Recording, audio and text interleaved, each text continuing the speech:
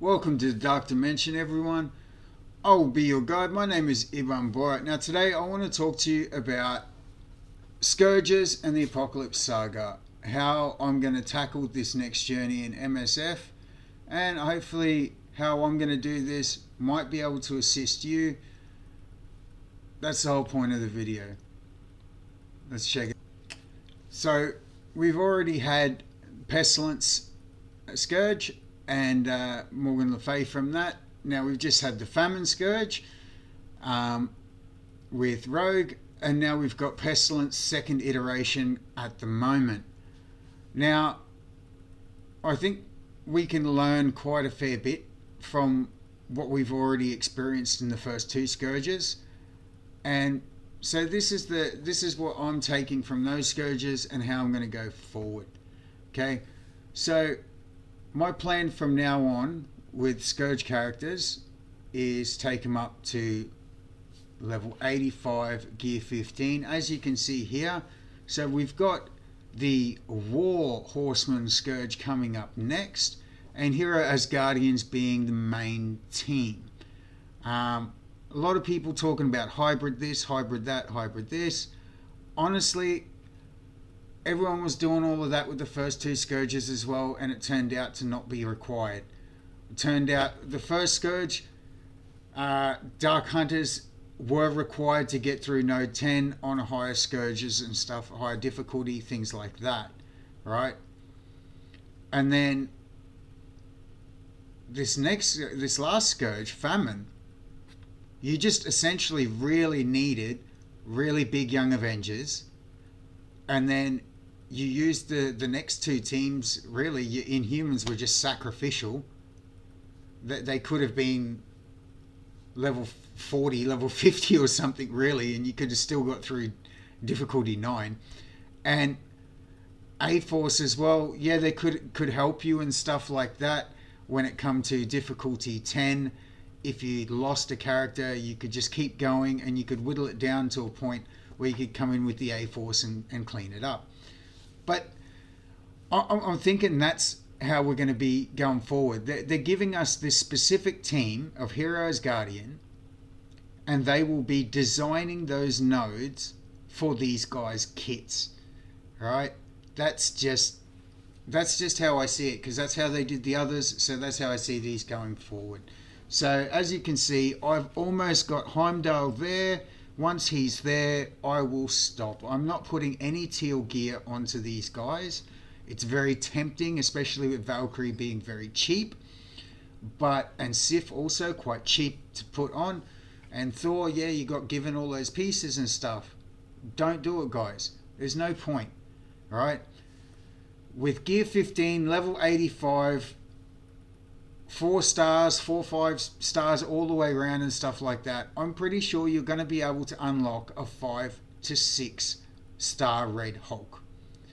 And then all of those people who've thrown all their teal gear and everything, let them get the 7-star Red Hulk. Who gives a crap? Wait till the second iteration, then you don't have to compete with all those people who've wasted all that teal gear. So you just go in the second iteration with your gear 15 characters again.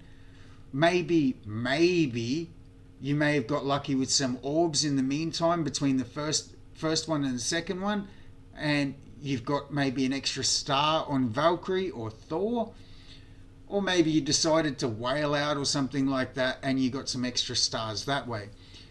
But you're not competing with the guys who got the 7 stars. So you should be quite easily able to take a 5-star to 7-star or a 6-star to a 7-star. This is my theory anyways, and this is what I'm running with, because teal gear is so critical now with the Apocalypse Saga. So I'm not going to run through the Hero Asgardian team and T4s and stuff like that. I will be changing their ISOs for the Scourge.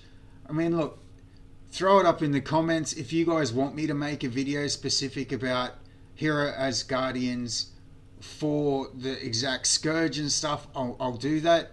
But this is more or less talking about, today I'm more or less talking about build plan. All right.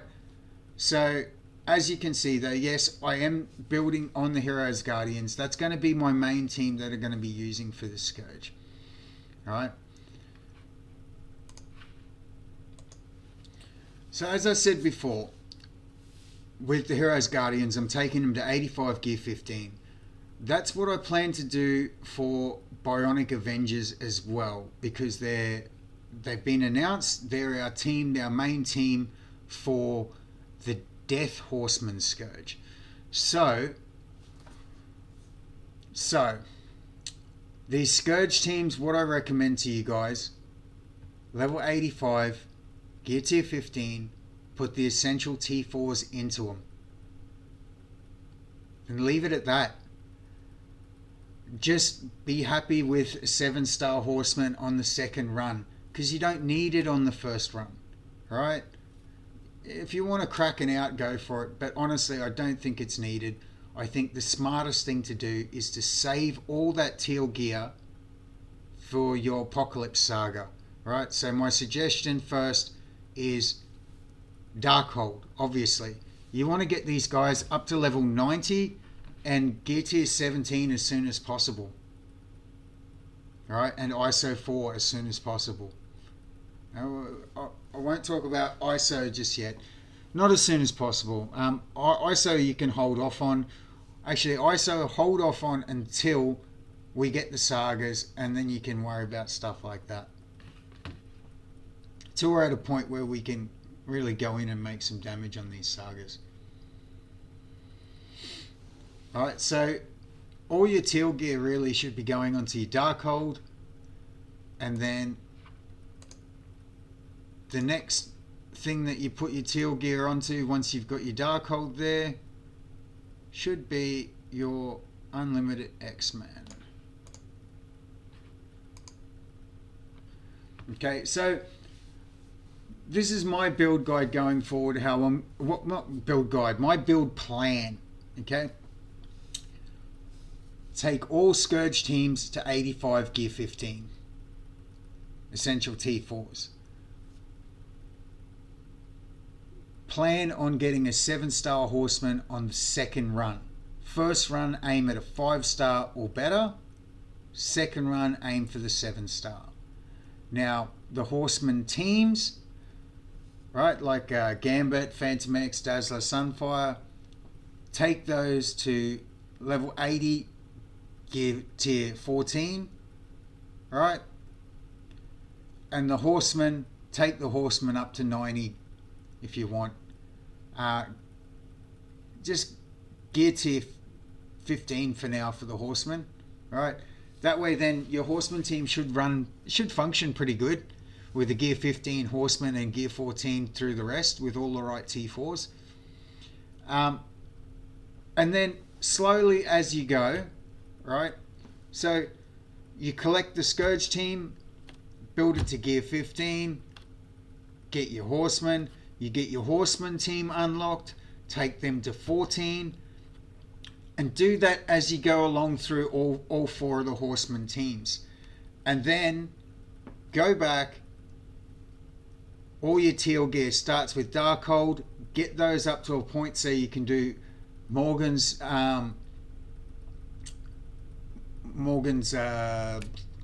difficulty 3 of her thing, of her saga.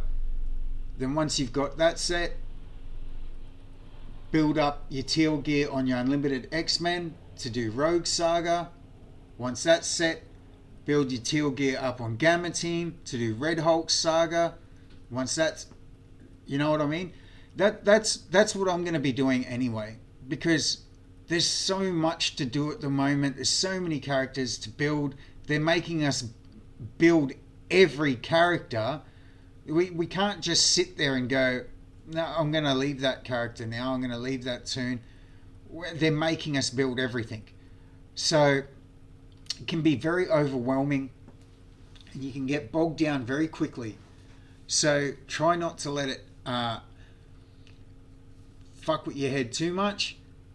Just set yourself a nice plan like this, and don't try and reach too far.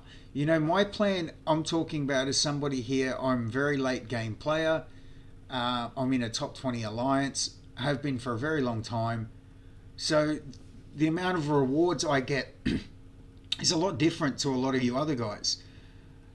Uh, so obviously, plan for your roster. You know, maybe you want to take all your horseman characters and everything only to gear 13 for now, so that you can get through the first saga, and then aim later on to get through the second saga. Me myself, I'm aiming to get through the second saga on everyone straight away, and then working towards Morgan Saga, Rogue Saga, Red Hulk Saga. So that's yeah, my plan and things like that, and how I suggest that I think that you guys would benefit if you go my way as well. So I'm just bloody rambling at this point. So yeah, that was just a little quick video of how I plan to build for the scourges and the sagas, and hopefully that can help you guys out. You know, catch you next time.